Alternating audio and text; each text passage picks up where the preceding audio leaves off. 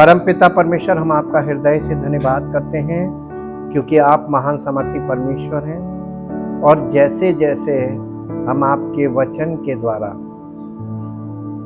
हमें देखने की सामर्थ्य मिल रही है, हम आपके आत्मिक बातों की ओर ध्यान लगाकर देख रहे हैं, ताकि प्रभु हम जिन चीज़ों को, जिन बातों को देख रहे हैं उन्हें समझ सके।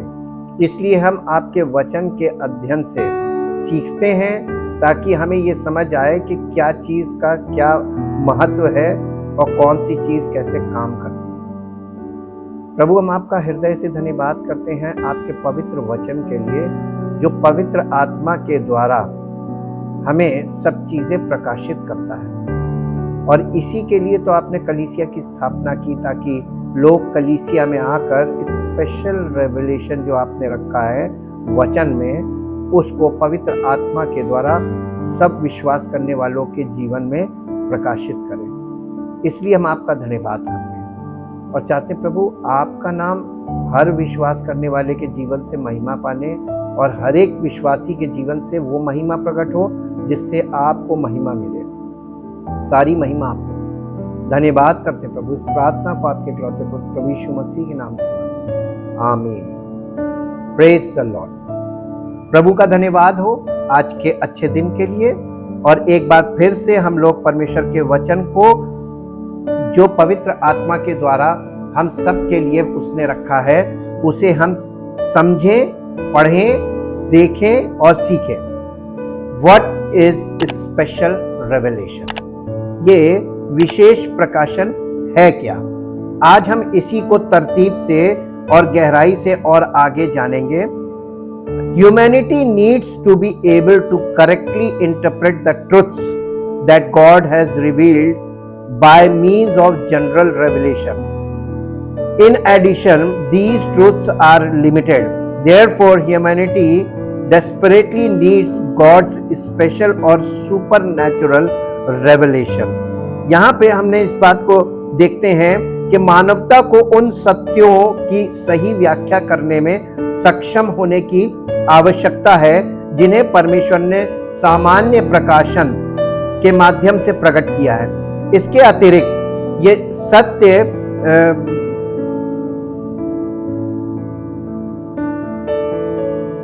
सीमित है।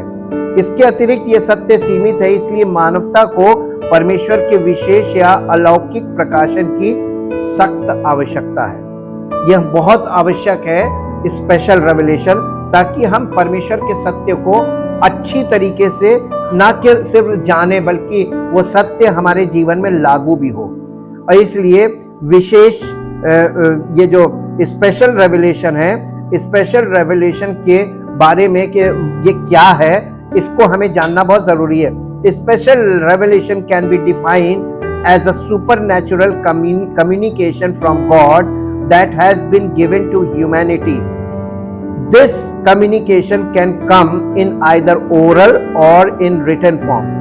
The truths revealed by special revelation could not be known through looking at unwritten tradition, nature, providence, history, our conscience, or any by reasoning process. God must reveal directly them to us. परमेश्वर विशेष प्रकाशन जो है, इसमें अतीत में विशिष्ट लोगों के लिए विशिष्ट समयों पर विशेष प्रकाशन को परमेश्वर की ओर से अलौकिक संचार के रूप में परिभाषित किया जा सकता है, जो मानवता को दिया गया है। यह संचार मौखिक या लिखित रूप में आ सकता है। विशेष प्रकाशन द्वारा प्रकट किए गए सत्य अलिखित परंपरा, प्रकृति, विधान, इतिहास, हमारी अंतरात्मा या किसी भी तर्क प्रक्रिया द्वारा देखे जा सकते हैं। परमेश्वर को उन्हें प्रत्यक्ष रूप से हम पर प्रकट करना चाहिए। In the past, special revelation came to specific people at specific times in specific places. These acts of special revelation can now be found in only one place, the Bible. ये बाइबल ही परमेश्वर का विशेष प्रकाशन है। अतीत में विशिष्ट लोगों के लिए विशिष्ट समयों पर और विशिष्ट स्थानों पर विशेष प्रकाशन आया था। विशेष प्रकाशन के ये कार्य अब केवल एक ही स्थान यानी बाइबल में पाए जाते हैं। विशेष प्रकटीकरण के 3 भाग हैं। परमेश्वर ने स्वयं को अलग अलग समय पर अलग अलग तरीकों से अलग अलग लोगों के सामने प्रकट किया। हम एक पद पढ़ेंगे जो आपको मिलेगा इब्रानियों की पत्री, उसका 1 अध्याय, उसका 1 और 2 पद। पूर्व युग में परमेश्वर ने हमारे बाप दादों से थोड़ा थोड़ा करके और भांति भांति से भविष्यवक्ताओं के द्वारा बातें करके इन दिनों के अंत में हमसे पुत्र के द्वारा बातें की,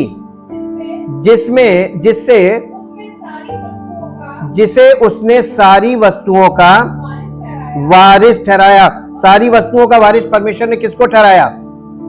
अपने पुत्र को जी। और उसी के द्वारा उसने सारी सृष्टि किसके द्वारा?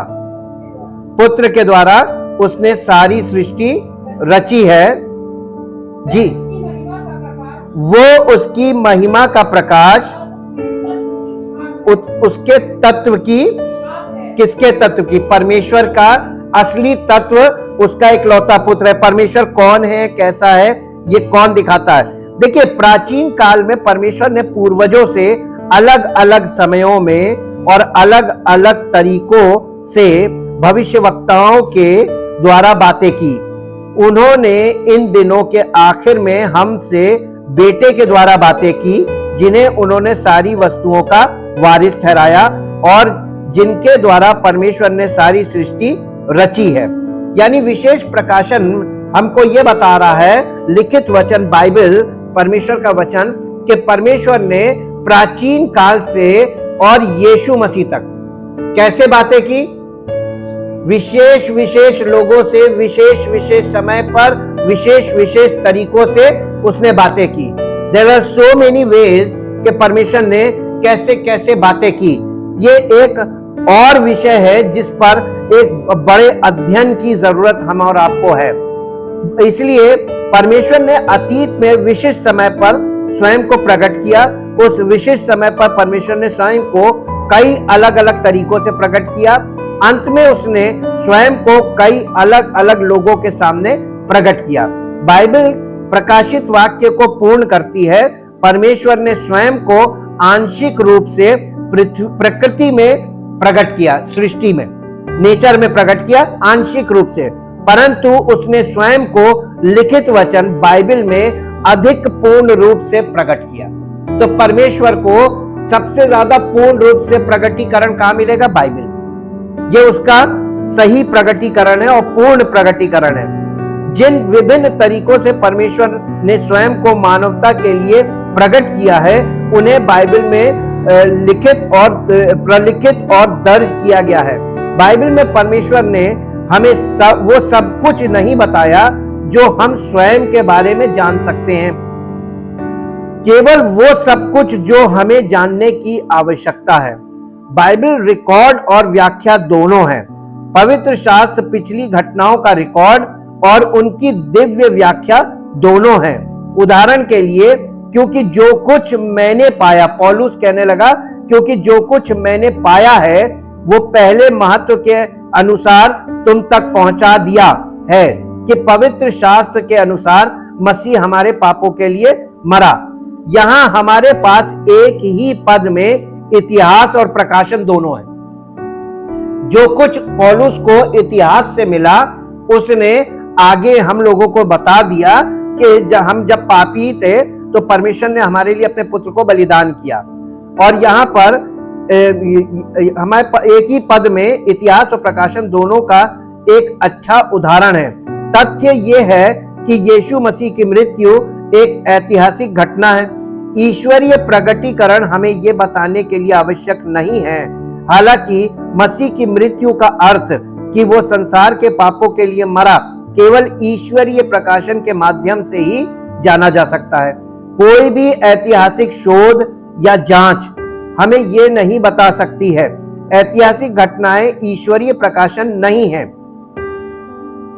हालांकि इन घटनाओं की व्याख्या स्वयं परमेश्वर की ओर से होनी चाहिए और इसलिए विशेष प्रकाशन बन जाना चाहिए। विशेष प्रकाशन में वे सभी तरीके शामिल हैं जिनमें परमेश्वर ने स्वयं को मानव जाति पर प्रकट किया है। इसमें घटना और उसकी व्याख्या दोनों शामिल है। विशेष प्रकाशन के बारे में अन्य टिप्पणियां, विशेष प्रकाशन के बारे में कई अन्य टिप्पणियां की जा सकती हैं। विशेष प्रकाशन सटीक है। मानवता के लिए परमेश्वर का प्रकाशन सटीक है। यीशु ने पिता परमेश्वर से अपनी प्रार्थना में इसे स्वीकार किया और उसने यूहन्ना रचित सुसमाचार उसके 17 अध्याय के 17 पद में कहा, सत्य के द्वारा उन्हें पवित्र कर और तेरा वचन सत्य है। ये बाइबल की लगातार गवाही है कि सब कुछ सच्चाई से दर्ज है। विशेष प्रकाशन प्रगतिशील है, यानी प्रोग्रेसिव है। मानवता के लिए परमेश्वर का प्रकाशन प्रगतिशील तरीके से किया गया था। पूर्व काल में परमेश्वर ने हमारे पूर्वजों से कई बार और नाना प्रकार से भविष्यवक्ताओं के द्वारा बातें की, जैसा कि इब्रानियों 1 अध्याय के 1 पद में लिखा है। परमेश्वर ने मानवता के लिए सब कुछ एक ही बार में प्रकट नहीं किया, बल्कि उसने इसे लंबे समय तक विभिन्न लोगों को विभिन्न तरीकों से प्रकट किया। विशेष प्रकटीकरण का एक उद्देश्य है। मानवता के लिए परमेश्वर के प्रकटीकरण का एक उद्देश्य है और वो उद्देश्य है, पौलुस कलीसिया को चिट्ठी लिख रहा है, और तू बचपन से ही, ये पद निकाल लीजिए, 2 तीमुथियुस 3 अध्याय 15, 16 और 17 पद। 3 अध्याय 15, 16 और 17 पद। और बालकपन से पवित्र शास्त्र तेरा जाना हुआ है, जो तुझे मसीह पर विश्वास करने से उद्धार प्राप्त करने के लिए क्या कर सकता है? विशेष प्रकाशन हमें उद्धार प्राप्त करने के लिए बुद्धिमान बना सकता है। जी, हर एक पवित्र शास्त्र हर परमेश्वर की प्रेरणा से रचा गया है और उद्देश्य और समझाने और सुधारने और धर्म की शिक्षा के लिए लाभदायक है, ताकि परमेश्वर का जन क्या बने? धर्मी बने कि सिद्ध बने? सिद्ध बने। मसीही व्यक्ति धर्मी व्यक्ति नहीं है, मसीही व्यक्ति सिद्ध व्यक्ति ही मसीही व्यक्ति है। और सिद्धता पे किसी का ध्यान नहीं है। और मनुष्य की धार्मिकता या सेल्फ राइचियसनेस आज लोगों पर हावी हो गई है। कलीसियाओं में लोगों को यह मालूम है कि मैं धर्मी हूं, मैं प्रार्थना करूंगा और प्रभु काम करेगा। किस आधार पे यह दावा किया जा सकता है? जबकि परमेश्वर ने मूसा से कहा था, मैं जिस पर चाहूंगा उस पर दया करूंगा, जिस पर नहीं चाहूंगा नहीं करूंगा। तो क्या हम और आप परमेश्वर की मर्जी को अपनी इच्छा में मोड़ सकते हैं कि हम जो चाहें वो परमेश्वर करे? जी नहीं। क्या हम परमेश्वर की मर्जी को अपने हिसाब से हैंडल कर सकते हैं कि नहीं, हम जो कह रहे प्रभु वो करिए? तो लोग किस आधार पे अपने आप को ये मानते हैं कि हम प्रार्थना करेंगे प्रभु सुन लेगा? इस बात का आधार क्या है? वचन एक बता दीजिए। मसीह में की कंडीशन है और मसीह में आपको परमेश्वर से कुछ मांगना नहीं है। मसीह में का मतलब आपको सब कुछ प्राप्त हो गया है और आप दूसरों के लिए निवेदन कर सकते हैं, लेकिन मर्जी उसकी है कि वो उस निवेदन को एक्सेप्ट करे या रिजेक्ट करे। लेकिन आज देखते हैं तो लोगों के अंदर एक बहुत कट्टरता आ गई है कि हम कहेंगे और वो, तो ये इस बात का कोई आधार वचन में नहीं है, और जिस बात का वचन में आधार नहीं है वो सत्य नहीं है। और इसीलिए आज के लोग असत्य में फंस गए हैं।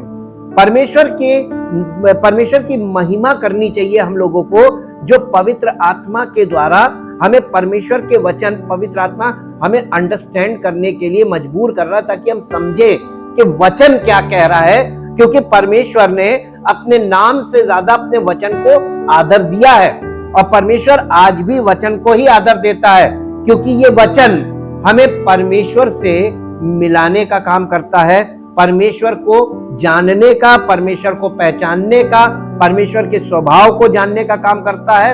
और सुसमाचार, कल मैंने आपको बताया था, सुसमाचार स्पेशल रेवलेशन है।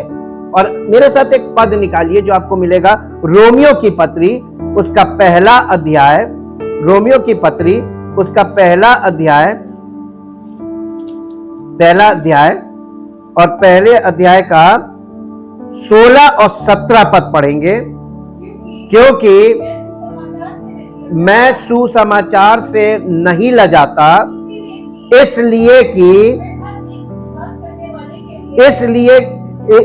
कि वो मतलब सुसमाचार हर एक विश्वास करने वाले के लिए, पहले तो यहूदी फिर यूनानी या अन्य जाति के लिए उद्धार के निमित्त परमेश्वर की सामर्थ है। क्योंकि उसमें, किसमें? सुसमाचार में परमेश्वर की धार्मिकता विश्वास से और विश्वास के लिए प्रकट होती है, रिवील होती है। अगर आपको परमेश्वर की धार्मिकता प्रकट नहीं है तो इसका मतलब आपको सुसमाचार नहीं मिला। सुसमाचार प्रकाशन है। पौलुस ने यही तो कहा था, ये हमें सिखाया नहीं गया, ना किसी मनुष्य ने हमको सुनाया, हमें यीशु मसीह से प्रकाशन के द्वारा मिला। आपने कौन सा सुसमाचार सुना है? शब्दों वाला, मनुष्य के मुख से जो निकला सुसमाचार है, वो शब्दों वाला, वो सुसमाचार सच्चा सुसमाचार नहीं है। क्योंकि सुसमाचार के विषय में पौलुस, जिसने ये गवाही दी कि सुसमाचार हमें प्रकाशन के द्वारा मिला, उसने जिस सुसमाचार के विषय में हमको और आपको या पहली सदी की कलीसिया को बताया, वो सुसमाचार रिवेलेशन है, परमेश्वर का प्रकाशन है। और उसमें परमेश्वर की धार्मिकता विश्वास के लिए प्रकट होती है। जैसा लिखा है, विश्वास से धर्मी जन जीवित रहेगा, या जो व्यक्ति विश्वास से जीवित रहेगा वही धर्मी जन। बिना विश्वास के धार्मिकता वो परमेश्वर की धार्मिकता नहीं है। कर्म कांड की धार्मिकता कि हम ऐसा करेंगे तो ऐसा होगा, ये परमेश्वर की धार्मिकता नहीं है। आपको कौन सी धार्मिकता आज दिखाई दे रही है? सब लोग कुछ कर रहे हैं कि हम करेंगे तो ऐसा होगा। ऐसे ही यहूदी लोग कहते थे कि हम लोगों को अंधों की आंखें खोलेंगे, हम लोगों को सुसमाचार सुनाएंगे, हम अंधकार में पड़े हुए लोगों को ज्योति देंगे प्रचार करके। ये उनकी धारणा थी। और आज देखिए, वचन के अनुसार देखिए तो यहूदी लोग उस धार्मिकता तक नहीं पहुंच पाए। क्यों? क्योंकि वो कर्मों से उस धार्मिकता की खोज कर रहे थे। लेकिन परमेश्वर की धार्मिकता विश्वास से शुरू होती है और विश्वास के द्वारा पूर्ण होती है। इसलिए परमेश्वर की धार्मिकता प्रकाशन, ये विश्वास जिसके विषय में नया नियम बताता है, ये मसीह है और मसीह स्वयं एक प्रकाशन है। जैसा हमने कल देखा था कि रिटन वर्ड या लिखित वचन बाइबल ये स्पेशल रेवलेशन है, और दूसरा स्पेशल रेवलेशन है प्रभु यीशु मसीह। तो प्रभु यीशु मसीह को आप अगर देख ले, उसका प्रकाशन देख ले, यानी उसका दर्शन पा ले, तो वो धार्मिकता सच्ची धार्मिकता है। और इसलिए यहां पे नए नियम में लिखा हुआ है, मेरे साथ निकालिए, जो आपको मिलेगा इब्रानियों की पत्री उसका 12 अध्याय और उसका पहला और दूसरा पद पढ़ेंगे। यहां इस प्रकार से लिखा, इस कारण जबकि गवाहों का ऐसा बड़ा बादल हमको घेरे हुए है, तो आओ हर एक रोकने वाली वस्तु और उलझाने वाले पाप को दूर करके वो दौड़ जिसमें हमें दौड़ना है, स्पीड में दौड़े। आज मसीहत में स्पीड चल रही है कि धीरज से? धीरज तो है ही नहीं। धीरज आत्मा का फल है, पवित्र आत्मा का फल है धीरज। और बिना पवित्र आत्मा के कभी धीरज आपके अंदर, हमारे अंदर आ ही नहीं सकता। हमारे पास धीरज नहीं है, और जिसके पास धीरज नहीं है वो मसीही दौड़ नहीं दौड़ सकता। इसलिए चाहे जितनी स्पीड में दौड़ लो, मसीहत स्पीड में नहीं है। मसीहत धीरज वाली दौड़ है। मसीही जीवन की दौड़ धीरज वाली है कि प्रभु पवित्र आत्मा की अगुवाई में एक भी स्टेप गलत नहीं उठेगा अपनी मर्जी से। जितने कदम पवित्र आत्मा हमको बोले उतने ही कदम चलना, फिर रुक जाना। इसी को कहते हैं धीरज से दौड़ना। आगे पढ़िए। और विश्वास के कर्ता और सिद्ध करने वाले यीशु की ओर यह है प्रकाशन। नए नियम में सुसमाचार का प्रकाशन ये है जो विश्वास से विश्वास के लिए बोला है ना, कि विश्वास के कर्ता और सिद्ध करने वाले यीशु को ताकते, यानी विश्वास की शुरुआत करने वाला हमारे जीवन में और विश्वास को सिद्ध करने वाला वो है प्रभु यीशु मसीह। उसको ताकते रहो, उसको ताकते, यानी फोकस्ड ऑन जीसस क्राइस्ट। इसको हम इंग्लिश में पढ़ेंगे आपके सामने ताकि आप देखें कि जो सुसमाचार जिस प्रकाशन के विषय में कह रहा है, जो नए नियम में हमको मिला है, वो सुसमाचार प्रभु यीशु मसीह है और वो प्रकाशन भी प्रभु यीशु मसीह है। Therefore then, since we are surrounded by so great a cloud of witnesses, यानी गवाहों का बादल, पूरी बाइबल परमेश्वर की गवाही से भरी है। सृष्टि परमेश्वर की गवाही से भरी है। मनुष्य का विवेक, जो कलीसिया में नहीं आते हैं, जो आते हैं, जो विश्वास नहीं करते हैं या जो विश्वास करते हैं, प्रत्येक के विषय में बाइबल बता रही है कि सबके अंदर परमेश्वर का ज्ञान है। उन्हें यह मालूम है what is right and what is wrong, what is unlawful, what is lawful. लेकिन जानबूझ के लोग, इतना मानसिक पतन हो चुका है, इतना आत्मिक पतन है कि लोग जानबूझ के गलत पे गलत कर रहे हैं, पाप पर पाप कर रहे हैं और चेत नहीं रहे। Witnesses who have borne testimony to the truth, let us strip off and throw aside every encumbrance, unnecessary weight, and that sin which so readily, deftly and cleverly clings to and entangles us, and let us run with patience, endurance and steady and active persistence the appointed course of the race that is set before us. This is the course which is set before us.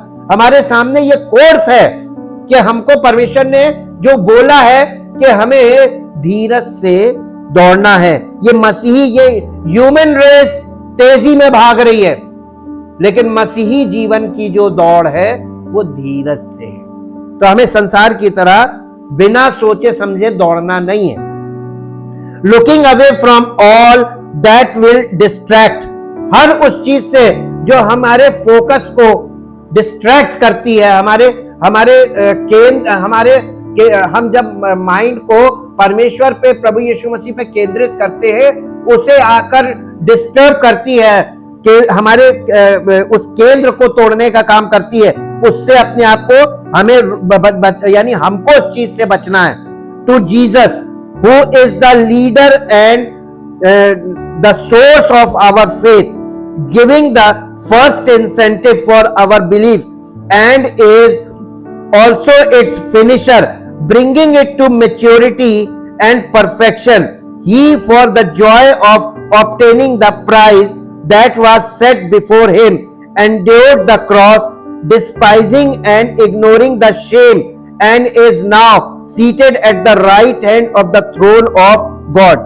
यानी वो उसके आगे इतना आनंद रखा था, इतनी महिमा रखी थी, उन सब चीजों को उसने त्याग कर हमारे लिए वो काम किया, ताकि वो हमें भी अपने साथ पिता के दाहिने लेकर बैठे। मसीही जीवन ऐसा वैसा जीवन नहीं है कि बस ऐसे चलते फिरते वाला जीवन कि सब कुछ जायज है ना। मसीही जीवन में कुछ भी जायज नहीं है। जो परमेश्वर की ओर से केवल अलाउ किया गया है, हर चीज की बहुत सीमाएं हैं मसीही जीवन में। जब हमारे जीवन में सीमाएं आ जाती हैं, लिमिटेशंस, धीरे धीरे धीरे धीरे हम लिमिटेशंस में आने लगते हैं, और जैसे जैसे हम लिमिटेशंस में आते हैं वैसे वैसे हम पवित्र आत्मा के नियंत्रण में आते हैं, total control of the Holi spirit. जब आप टोटल कंट्रोल होली स्पिरिट का हमारे और आपके जीवन में होगा, तब पवित्र आत्मा के द्वारा प्रभु यीशु मसीह की महिमा हमारे जीवन से प्रकट होगी। मालूम है, ये मामूली काम नहीं है जो हमारे और आपके जीवन में प्रभु कर रहा है।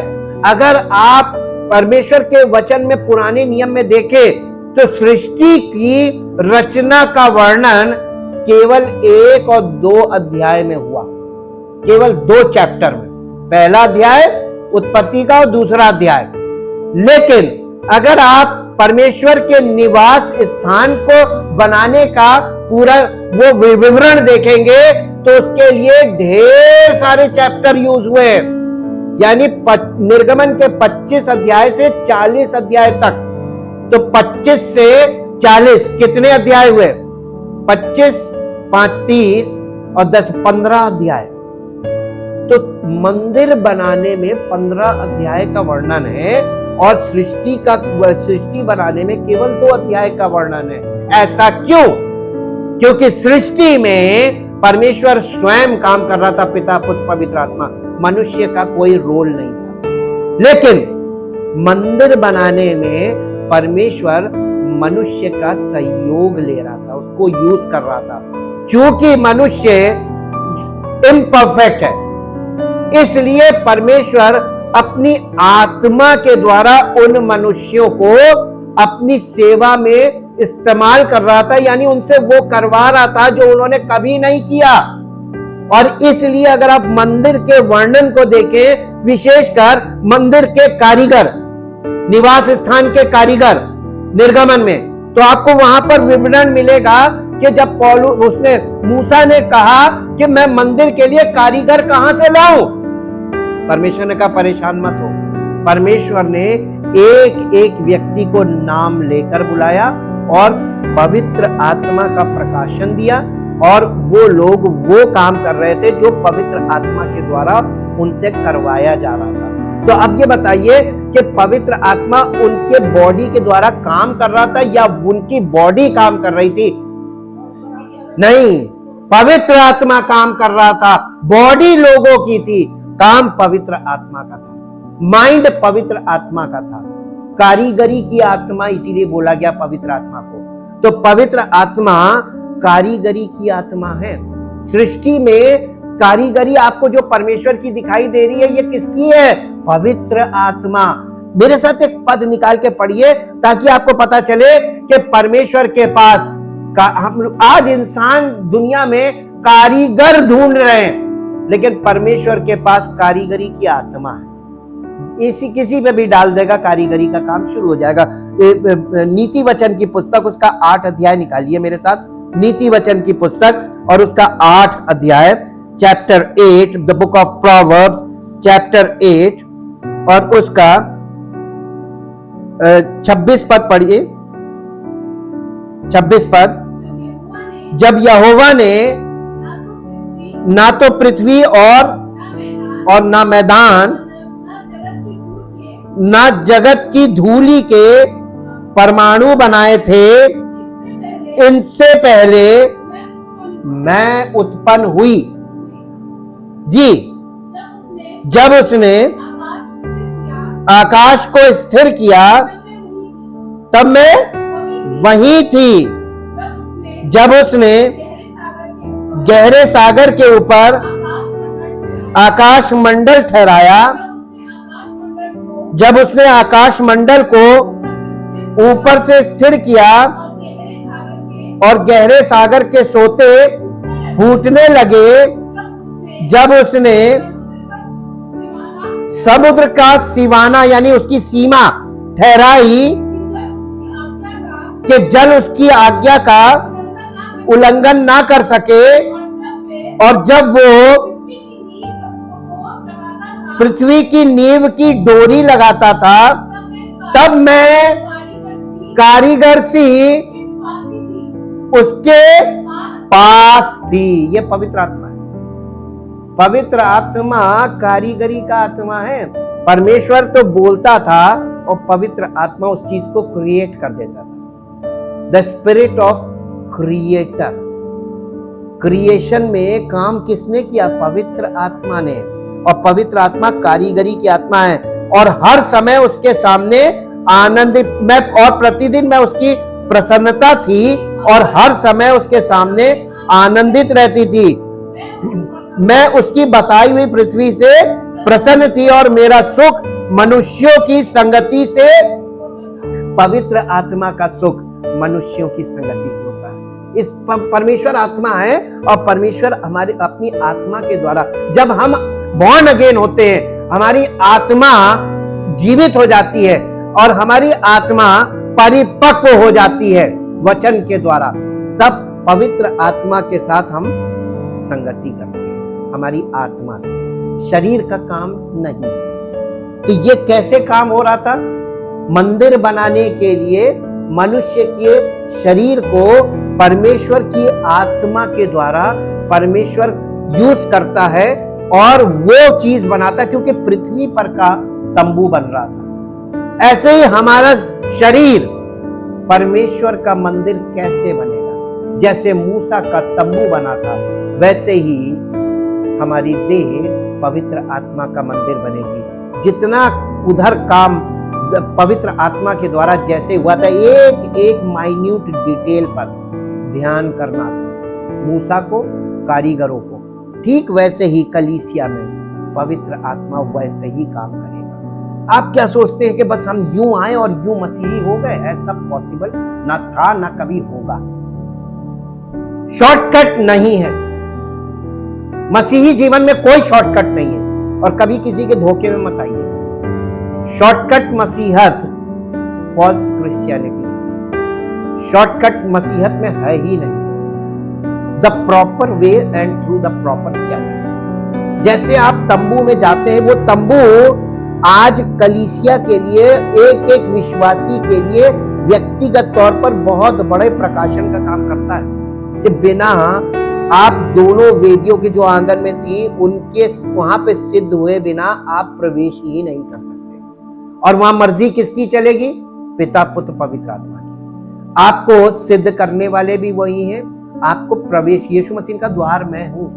भीतर प्रवेश का जो पहला द्वार है पवित्र स्थान का, वो यीशु मसीह है। अब आप बताइए कैसे कोई अपनी मर्जी से प्रवेश कर जाएगा? असंभव है। और जो चीज असंभव है, असंभव को संभव कौन करता है? प्रभु यीशु मसीह के लिए यही लिखा है कि जो मनुष्यों के लिए असंभव है, वही यीशु मसीह हमारे लिए संभव करता है। इसका मतलब ये नहीं कि कोई प्रवेश नहीं कर सकता। इसका मतलब ये है कि जो राइट पर्सन है वही प्रवेश पाएगा, शॉर्टकट वाला प्रवेश नहीं पाएगा। इसीलिए यीशु मसीह ने क्या कहा था, मेरे साथ निकालिए।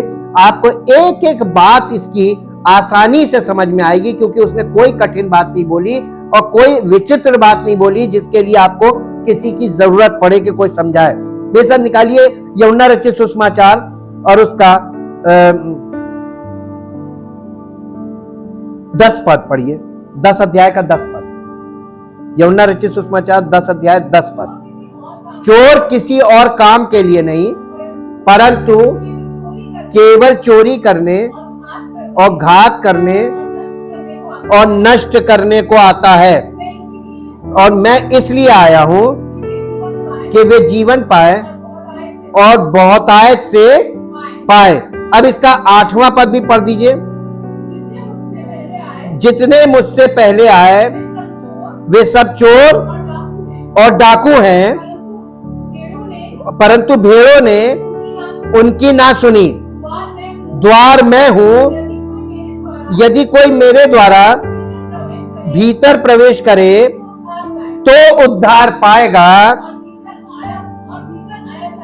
और भीतर और बाहर आया जाया करेगा और चारा पाएगा। नहीं, अब यहां पे देखिए, वो उसने एक बात और बोली। इसका पहला पद पढ़िए। मैं तुमसे सच सच कहता हूं कि जो कोई द्वार से भेड़शाला में प्रवेश नहीं करता, परंतु यानी कोई दूसरे रास्ते से, दूसरे सुसमाचार के द्वारा अगर कोई प्रभु की उपस्थिति में घुसना मांग रहा है या दूसरी शिक्षा के द्वारा, पौलुस ने 3 बातें बहुत महत्वपूर्ण उठाई मसीही जीवन में, सच्ची कलीसिया के लिए, सच्ची मसीही शिक्षा के लिए, सच्चे मसीही विश्वास के लिए, सच्चे मसीही जीवन के लिए। एक, कौन सा सुसमाचार, क्योंकि कई सुसमाचार चल रहे हैं। दूसरा, कौन सा आत्मा, और तीसरा, कौन सा यीशु। तुमने किस यीशु का सुसमाचार सुना, तुमने कौन सा सुसमाचार सुना और कौन सी आत्मा पाई। ये 3 पॉइंट उसने बहुत गंभीर उठाए हैं और आज मसीही लोगों को इन 3 पॉइंट को प्रॉपर स्टडी से, पवित्र आत्मा के नजरिए से जाकर माइन्यूटली चेक करना चाहिए कि कहीं ऐसा तो नहीं कि झूठे सुसमाचार में फंस गए, झूठी शिक्षा में फंस गए, कहीं ऐसा तो नहीं कि झूठे मसीह में फंस गए, कहीं ऐसा तो नहीं कि हम झूठी आत्मा में फंस गए, भ्रम की आत्मा। तो ये 3 पॉइंट बहुत इंपॉर्टेंट है। इसी विषय में यीशु मसीह बोल रहा था कि जो कोई कहीं और से प्रवेश करने की कोशिश करेगा वो वही चोर और डाकू है, परंतु जो द्वार से भीतर प्रवेश करता है वही भेड़ों का चरवाहा है। वो कौन है? यीशु मसीह। इसीलिए उसने कहा द्वार मैं हूं, बिना यीशु मसीह के कोई अंदर प्रवेश नहीं पाएगा। अब आपने देख लिया रास्ते सब बंद हैं, झूठी शिक्षा के में जो लोग फंस गए हैं उनके लिए कोई विकल्प बचा नहीं है। वचन जो चीज हमको बता रहा, सत्य बता रहा है, क्योंकि परमेश्वर का वचन सत्य है। ये बात पिता पुत्र पवित्र आत्मा के द्वारा एंडोर्स्ड है। इसमें हम अपनी युक्ति नहीं लगा सकते। अब मैं आपको खास बात बताना चाहता हूं। क्या बात है कि इस दुनिया में लोग, परमेश्वर के 2 प्रकाशन हैं। सबसे पहला है जनरल रेवलेशन। सृष्टि में परमेश्वर का सत्य है, लोगों को दिख क्यों नहीं रहा है? और फिर उसके बाद विवेक गवाही क्यों नहीं दे रहा है? 2 गवाहियां तो जनरल लोगों के पास है, जो वचन हमें बताता है कि परमेश्वर ने उन्हें अपनी पहचान या अपना ज्ञान दिया हुआ है ऑलरेडी। तो लोगों को क्यों नहीं समझ में आ रहा है? इस प्रश्न का आपके हिसाब से क्या उत्तर होना चाहिए? क्यों नहीं लोगों को दिख रहा है? क्यों नहीं लोग देख पा रहे हैं? क्या कारण है? आपको खास बात बताएं, यहूदी लोग क्यों नहीं देख पाए थे? चलिए, अन्य जाति के हम लोग आत्मिक रूप से मृतक हैं, यहूदी लोग क्यों नहीं देख पाए? नहीं, उनके पास आज्ञा दी गई थी ना, और व्यवस्था उनको दी गई थी, तंबू उनको बताया गया था, सारे प्रकाशन प्रैक्टिकली उनके सामने रखे गए थे, और वो उन विधियों में फंसे, और वो विधियों में फंस गए, लेकिन उसका प्रकाशन उनको नहीं मिला। क्योंकि चाहे यहूदी हो चाहे अन्य जाति हो, हम सब एक ही मूल से है, आदम। मुख्य कारण क्या है? हम सब एक ही मूल से है, वो है आदम। और आदम के पतन के बाद हम सब पतन की अवस्था में हैं। इसलिए चाहे यहूदी हो चाहे अन्य जाति हो, ये नए नियम में परमेश्वर के सामने दोनों इक्वल हो गए कि नहीं हो गए? उनको भी परमेश्वर नहीं मिला, उनको भी प्रकाशन नहीं मिला, वो भी नहीं देख पाए, और जैसा आज अन्य जाति नहीं देख पा रहे, तो दोनों की कंडीशन सेम हुई। अगर वो नहीं बचे तो अन्य जाति भी नहीं बचेगी। लेकिन उसमें से अगर कुछ विशेष लोगों को निकाला परमेश्वर ने, वो बचे, तो अन्य जाति में से भी कुछ विशेष लोग बच जाएंगे। तो ये आपको अंडरस्टैंडिंग होनी चाहिए कि एकदम जीरो तो नहीं रहेगा, लेकिन हम अब लोगों तक वो प्रकाश कैसे पहुंचे। आप चाहते हैं आपके जीवन में वो आत्मिक प्रकाश आ गया, अब आप चाहते हैं कि दूसरे को मिले, तो आप दूसरे को दे नहीं सकते, लेकिन दूसरा प्राप्त कर सकता है। कैसे? सूर्य का प्रकाश लोगों को कैसे मिलता है? सूर्य उदय होता है, जिसको प्रकाश चाहिए वो प्रकाश ले लेता है, जिसको नहीं चाहिए वो अपने आप को अंदर चला जाता है। तो सूर्य का प्रकाश जनरली चमकता रहता है ना, जिसको चाहिए उसको मिलता है, वो ले लेता है, जिसको नहीं चाहिए वो नहीं लेता। आप सड़क से जा रहे हैं, स्ट्रीट लाइट जल रही है, जिसको जरूरत है उसके लिए जल रही है, जिसको नहीं जरूरत हो अपने अंदर चला जाएगा। तो लाइट एक ऐसी चीज है कि जिसको जरूरत होगी वो उस लाइट का लाभ उठाएगा, जिसे जरूरत नहीं उसको लाइट नहीं चाहिए, स्विच ऑफ कर लो। वही चीज आत्मिक प्रकाश के लिए। हमारे जीवन में अगर आत्मिक प्रकाश है तो हमारा काम लोगों को प्रकाश देना नहीं है, बल्कि लोगों को प्रकाशित, लोगों के बीच में हमारा प्रकाश। यीशु मसीह ने क्या कहा था? मैं जगत की ज्योति हूं। फिर उसने कहा था तुम जगत की ज्योति अपने चेलों को, और उसने कहा था कि तुम इस संसार में ज्योति के समान चमको, ताकि लोग उस ज्योति को देखकर तुम्हारे पास आए और तुम्हारा जीवन परमेश्वर की महिमा का कारण बने। लोग हमारे पास कब आएंगे? जब ज्योति होगी, और जब ज्योति होगी नहीं तो हम लोगों के पीछे पीछे भागेंगे, और लोग हमको आगे आगे भागेंगे, तो हम उनके पीछे कब तक भागेंगे? यीशु मसीह को आपने कभी देखा किसी के पीछे भागते? लोग भीड़ की भीड़ उसके पीछे क्यों चलते? क्योंकि उसके पास जो था ना, आज वो हमको और आपको जो सच्चे विश्वासी हैं उनको दे रहा, लेकिन ले नहीं रहे लोग। और जब तक लोगे नहीं तो तुम्हारे पास भी लोग नहीं आएंगे। जैसे उसके पीछे लोग भागते थे वैसे ही तुम्हारे पीछे लोग भागेंगे। पौलुस तो बन जाओ। पौलुस कोई नहीं बनना मांगता, क्योंकि तपस्या वाला काम है। आज चटपट जो चल रहा ना, शॉर्टकट, सब शॉर्टकट की ओर भाग रहे, और शॉर्टकट से मसीही जीवन नहीं है। हमने आपको पहले ही बताया, ये प्रॉपर वे में काम करेगा, और जो प्रॉपर वे में नहीं चलेगा वो इसमें प्रवेश नहीं पाएगा। आज मैं आपको एक बहुत बारीक पॉइंट पर ध्यान ले जाना मांगता हूं, ताकि आगे वाले भागों के लिए आपकी आंखें खुले। मेरे साथ एक पद निकाल कर पढ़िए जो आपको मिलेगा, व्यवस्था विवरण की पुस्तक, उसका 28 अध्याय और उसका पहला पद। व्यवस्था विवरण की पुस्तक 28 अध्याय का पहला पद। यदि तू अपने परमेश्वर यहोवा की सब आज्ञाएं जो मैं आज तुझे सुनाता हूं, कैसे? चौकसी से पूरा करने को चित्त लगाकर उसकी सुने, तो वो कौन? परमेश्वर तुझे पृथ्वी की सब जातियों से कब? जब तू दुआ करे, जब तू बाइबल पढ़े, या जब तू चर्च जाए ना, इसमें से कोई भी चीज नहीं है। क्या लिखा है? यदि तू अपने परमेश्वर यहोवा की सब आज्ञाएं जो मैं आज तुझे सुनाता हूं चौकसी से पूरी करने को चित्त लगाकर। आप परमेश्वर की आवाज को सुनते कैसे हैं?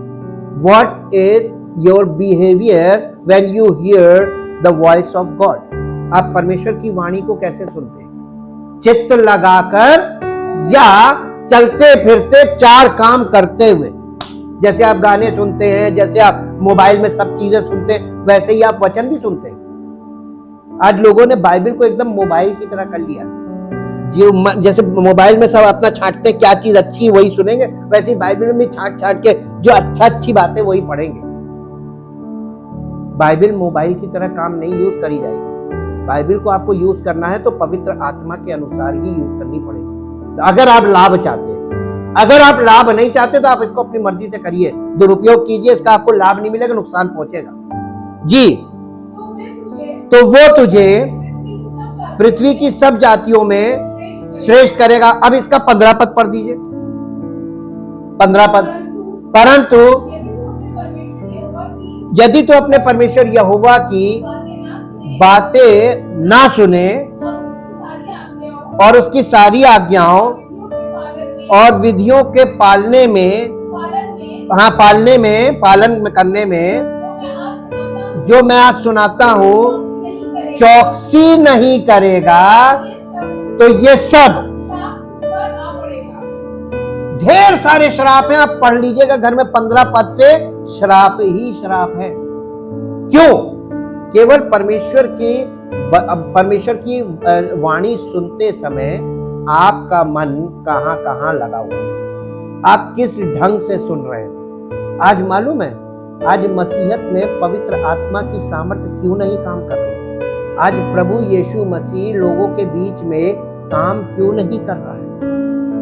क्योंकि आज के लोग परमेश्वर के वचन से नहीं, अपनी इच्छा को लेकर खड़े हुए, परमेश्वर की इच्छा को ग्रहण नहीं कर रहे, बल्कि अपनी इच्छा उस पर थोप रहे। प्रभु ये कर दे, प्रभु ये दे दे, प्रभु ये कर दे। इसीलिए कलीसियाओं में प्रार्थनाएं ज्यादा हो रही हैं, जबकि कलीसिया में क्या होना चाहिए मालूम है? वचन, ऐसा वचन पवित्र आत्मा के अनुसार कि लोगों के हृदय, सुनने वालों के हृदय छिद जाए, लोग मन फिराने लगे, अपने अपने पापों का अंगीकार करने लगे।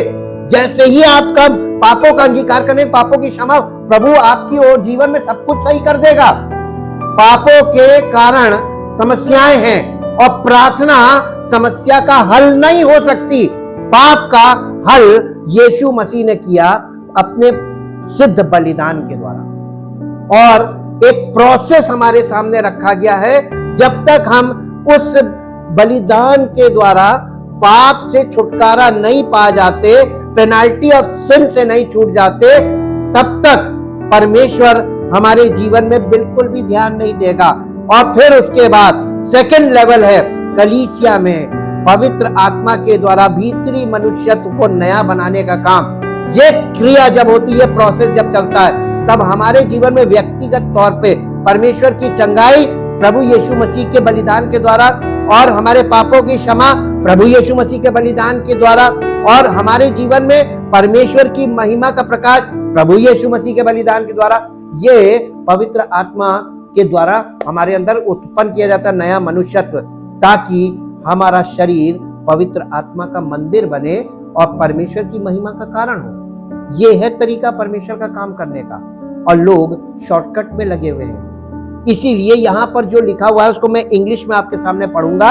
एक शब्द आएगा और इस शब्द पर अपने माइंड में लॉक कर लीजिएगा इस शब्द को, क्योंकि आज पूरी दुनिया में ये शब्द बहुत इंपॉर्टेंट है। And this will happen if you listen diligently to the voice of the Lord your God, to observe and to do all his commandments which I command you this day. The Lord your God will set you high above all nations of the earth, and all these blessings will come on you and overtake you if you will listen to the voice of the Lord your God. यानी अगर तुम परमेश्वर की आवाज को, जो पवित्र आत्मा के द्वारा तुम्हारे कानों में पड़ेगी, तुम्हारे दिल में अगर उतरेगी, तो यहां पे वर्ड आया ऑब्जर्व, चित्त लगाकर उसकी सुने, यानी ऑब्जर्व। आज लोग प्रकाशन क्यों नहीं देख पा रहे हैं? क्योंकि ऑब्जर्वेशन देखकर किया जाता है। आप परमेश्वर के वचन को केवल आंख बंद करके सुन नहीं सकते, आप वचन को सुनकर जो परमेश्वर का वचन बोल रहा है उसको देखना शुरू कीजिए। आपके अंदर उस चीज का मन में चित्र क्यों नहीं आ रहा है? जब तक वचन सुन के आपको चित्र ना दिखे, दर्शन ना मिले, तब तक समझिए अभी बॉर्न अगेन नहीं हुए। क्योंकि जैसे ही आप बॉर्न अगेन होंगे तो परमेश्वर की आपकी आत्मा में आत्मिक चीजें प्रकट होने लगेंगी, और ये आत्मिक प्रगटीकरण आपके मन की आंखें खुल जाना है, या आपकी आत्मा में जीवन आ जाना, इसी को बॉर्न अगेन बोलते हैं। और यही कार्य 15 पद में लिखा है कि अगर ऐसा नहीं हो रहा है तो श्राप होगा। अगर हम परमेश्वर के वचन को सुनने में गलत ढंग से सुन रहे हैं, हल्का ले रहे हैं। अरे ठीक है, हमने आज सुन लिया, आज हमारी समझ में नहीं आएगा, कल का देखेंगे। आप रोज रोज रोज रोज परमेश्वर के वचन का अनादर कर रहे हैं, सीरियस नहीं है। परमेश्वर का आत्मा आपसे व्यक्तिगत तौर पे बात कर रहा है। Special revelation is personal. ये व्यक्तिगत परमेश्वर आपसे संबंध स्थापित करने के लिए व्यक्तिगत संवाद कर रहा है, व्यक्तिगत आप लोगों तक पहुंचाया जा रहा है, ताकि आप व्यक्तिगत तौर पर इसको सुने और व्यक्तिगत तौर पर परमेश्वर की आत्मा की आवाज आपके दिल में जाए और आप व्यक्तिगत तौर पर परमेश्वर के दर्शन को पाए, ताकि परमेश्वर की महिमा का कारण बने। परमपिता परमेश्वर, हम आपका हृदय से धन्यवाद करते हैं आपके अद्भुत आश्चर्य कर्मों के लिए और अद्भुत योजनाओं के लिए जो आपने प्रत्येक मनुष्य के लिए रखी है, ताकि प्रभु आपकी महिमा हर एक व्यक्ति से जो वास्तव में विश्वास करे, जो वास्तव में उद्धार पाए और जो वास्तव में नई सृष्टि बने, उन सब के द्वारा आपकी महिमा प्रकट हो और आपका नाम पाए। धन्यवाद के साथ इस प्रार्थना को आपके प्रभु यीशु मसीह के नाम से आमीन। Praise the Lord. परमेश्वर आपको आशीष दे।